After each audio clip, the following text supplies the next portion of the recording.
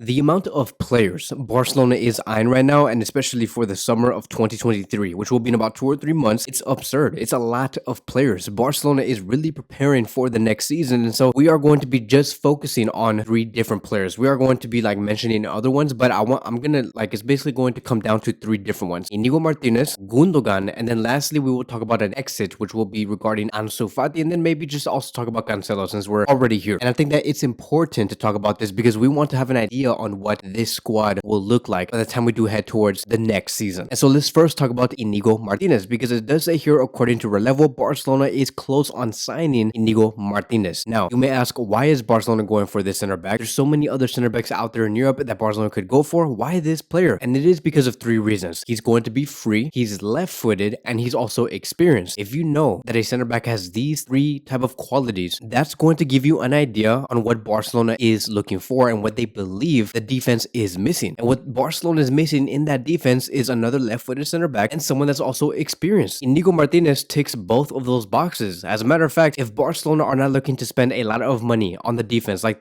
how they did in the previous summer, besides Koundé, right, by bringing in Christensen for free, Barcelona is going to be saving a lot of money bringing this center back in because, again, he'll be for free. He ticks another box. So the fact that this center back here alone ticks three different boxes that Barcelona is looking for and matches all of their criteria, of course, Barcelona is going to be looking at Martinez. Now, ideally, if Barcelona were like the most richest club in the world, they're like, okay, look, we're going to be investing 100 million or like 200 million on our defense, then ideally, Barcelona should go for Laporte, another center back that Barcelona has been eyeing, but they do think that the investment is just too huge, and maybe they're thinking, look, let's not spend a lot of money on the defense because there is going to be free center backs. Let's put our money somewhere else, which is why, again, they're looking at Inigo Martinez. Now, you may say that his age is a huge factor on why we should not bring this player in. He's 31 years old. Like, I think that he can still give another solid 3 years, and especially as a backup. Keep in mind, Barcelona want to bring in Inigo Martinez to be a backup center back, not to be a starter in our squad. Most of the center backs that Barcelona have been eyeing as of late, they're all just backups. Like right now, when it comes to Koundé, Araujo, and Christensen, they're untouched, right? They're untouchable also. You cannot break this trio in the defense. It's just not gonna happen. The only thing that Xavi Hernandez could do is to reinforce our bench, and one way we can really reinforce our bench is by having, again, Inigo Martinez. So it would be a great signing. I think that Barcelona should go for it, especially if he is for free. And so now let's move on towards the next topic, and let's talk about Gundogan. Now, it's very likely that Barcelona will be signing another midfielder. Very likely, especially with Pedri getting injured sometimes, we lose our creativity. And so I know that Xavi Hernandez wants to take action on that. He's like, okay, look, it's not a good situation to be in if we have to rely on just one player to be our main creator in the midfield. We have to look for somebody else. And that is why Barcelona is looking at also Gundogan. And it says here, according to Javi Miguel, Xavi has already spoken with Gundogan, and the first indications have been very positive. The player is open to the idea of joining Barcelona on a low salary. Barcelona considers his arrival to be a priority. Now, I want us to understand the type of theme that is going on right now. If you really think about it, looking back at what Barcelona is looking at for our defense, it is a 31-year-old center back. Looking at Gundogan, he's 32, or he will be 32 this year. The fact that Barcelona is also welcoming Messi back, who is going to be 36 years old, you may ask, why is Barcelona looking at all of these 30-year-old players? That is because Xavi wants to surround this team with more experienced and veteran players. That is basically the main theme. There is still value in having veterans. Look at Lewandowski. He is a leader. Even though he's not in his best form, he's still a leader. He still helps the players. He still commands the players on where to be positioned at on the field. He's a huge help in the locker room, and I think that Xavi is noticing that they do lack veteran and experienced players, which is why they're welcoming Gundogan, Inigo Martinez, Messi, and that could be also another reason why Xavi wants to have Sergio Busquets for another season, because he is one of the veterans. And let me tell you, next season, there will be multiple situations where we are going to be needing those experienced players. Like, can you imagine, right? We come out with the exact same team that we have today and just bringing in and promoting more youngsters, and then Barcelona is in a situation where we're winning 1-0 or we're winning 2-1 against Bayern Munich on the 65th minute. You're going to feel that pressure. Players are going to feel that pressure to maintain that type of scoreline. But that is where teams like Bayern or City do blossom the most, is to come back in situations like that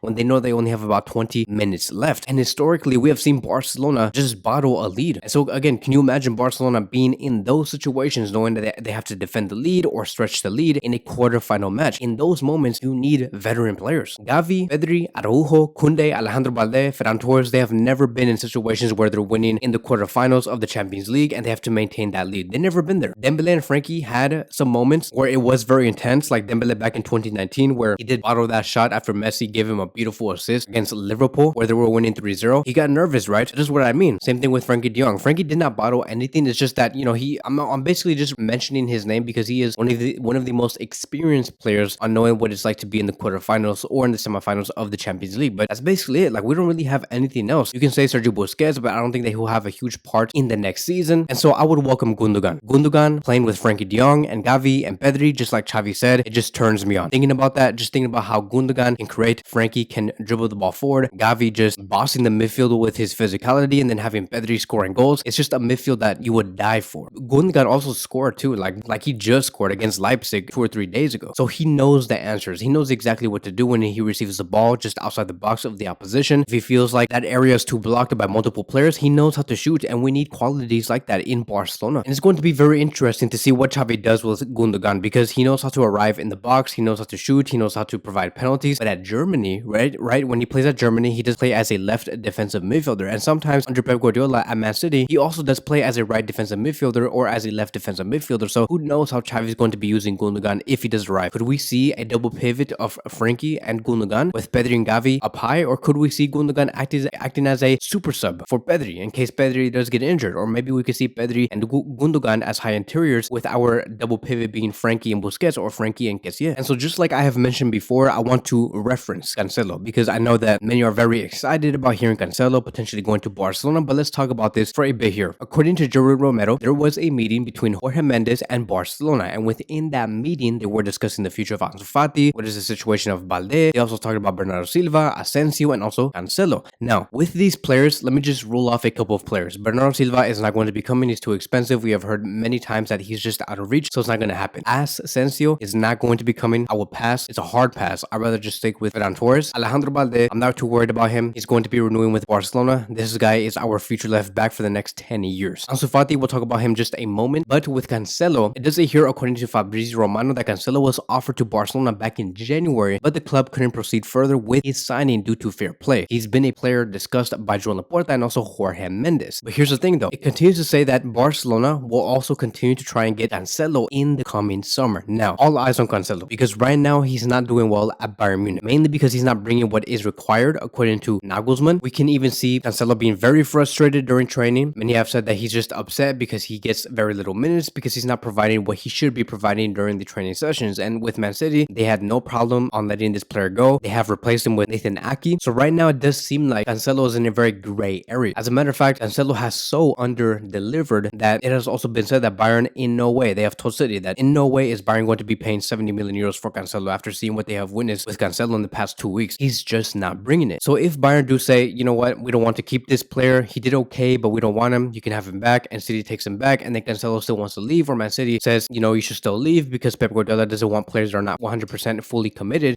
that is when Barcelona can come into the picture. But really though, like in the perspective of Barcelona, do we really need someone like Cancelo and spend a massive amounts of funds for him when you know that you have other options like Pavard, maybe Arnau Martinez? We heard about Arnau Martinez maybe going to Atletico Madrid, but he's always going to be an option as long as he continues to play for Girona. Then there's another option called Foyth. So like, I don't know, should we make a big investment for our right to back, or should we just go for cheaper options like Foyth and Arnau Martinez? So with Cancelo, I would give it like a 20 to 25% chance that he comes to this club. As for Ansu Fati, this is where the big debate does come in because we have talked about before, Barcelona is in a decision right now on who should be leaving in the summer. It should be either Ferran Torres or Ansu Fati. Even Joan Laporta has clearly said this. I'm not making this up. Laporta has said to the media, it is very possible that we sell an attacker. And coincidentally enough, around that time, Ansu Fati and Ferran Torres came into the picture, and it was said that internally they are debating whether they should sell Ansu Fati or Ferran Torres. And they're getting very close to the answer. Like earlier today, Jordi Romero also reported that Barcelona are also internally debating on whether they should sell Ansu Fati or loan him out. Now, look, it's clear that Barcelona prefer to have Ansu Fati out in whatever way, whether it's a loan or a sell. And, you know, this is the last thing that we want to hear